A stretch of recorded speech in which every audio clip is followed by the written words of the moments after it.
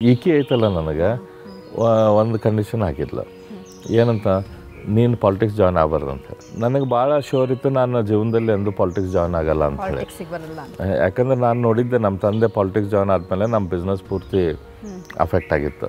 ಮೇಡಮ್ಗೆ ಹೇಳಿದ್ರೆ ನಾವು politically join ಆಗ್ಬೇಕು ಅನ್ಕೊಂಡಿದ್ದೀನಿ. ಹಾಂ, ಅಫ್ಕೋರ್ಸ್ ಅವ್ರದ್ದು ಪರ್ಮಿಷನ್ ಬೇಕಾಯ್ತಲ್ಲ. 365 days ವಿದೌಟ್ ಫೇಲ್ ಡೇಲಿ ಬಂದು ರಾತ್ರಿ मैं ಜಾಯಿನ್ करूँ मैं नहीं ಜಾಯಿನ್ करूँ ಡೇಲಿ.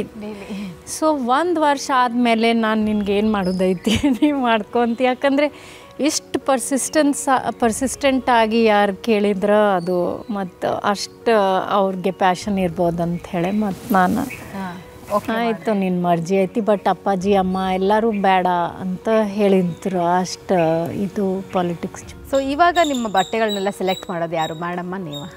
ಇಲ್ಲ, ನಾನು ಸೆಲೆಕ್ಟ್. ಸೊ ಯಾವ ಕಲರ್ ಫೇವ್ರೇಟ್ ನಿಮಗೆ? ಆಕೆಗೆ ಸಜೆಷನ್ ತೊಗೊಳ್ತೇನೆ. ನಾರ್ಮಲ್ ಇದರಲ್ಲಿ ಏನು ಸೆಲೆಕ್ಟ್ ಮಾಡೋದು ಇರ್ತೈತೆ, ಬಿಳಿಯಾರ ಬಿಳಿ, ಇದ್ರಾಗ ಏನು ಭಾಳ ಸೆಲೆಕ್ಟ್ ಇರೋದಿಲ್ಲ. ಆದ್ರೆ ಬೇರೆ ಇದಕ್ಕೆ ಏನರ ಸ್ವಲ್ಪ ಒಂದು ಟೈಮ್ ಜಾಕೆಟ್ ಗಿಕೆಟ್ ತೊಗೊಳೋದಿದ್ರೆ ಹಾಕಿದ್ದು ಮಾತು ಕೇಳಿ ತೊಗೊತೀನಿ. ಮೇಡಮ್ಗೆ ನೀವು ಡ್ರೆಸ್ ಎಲ್ಲ ಸೆಲೆಕ್ಟ್ ಮಾಡ್ತೀರಾ?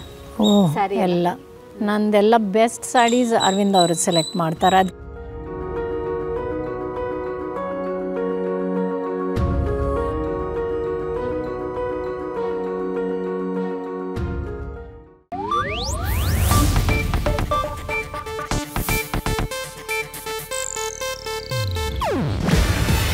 ಇದು ಏಷ್ಯಾನೆಟ್ ನ್ಯೂಸ್ ನೆಟ್ವರ್ಕ್ ಪ್ರಸ್ತುತಿ.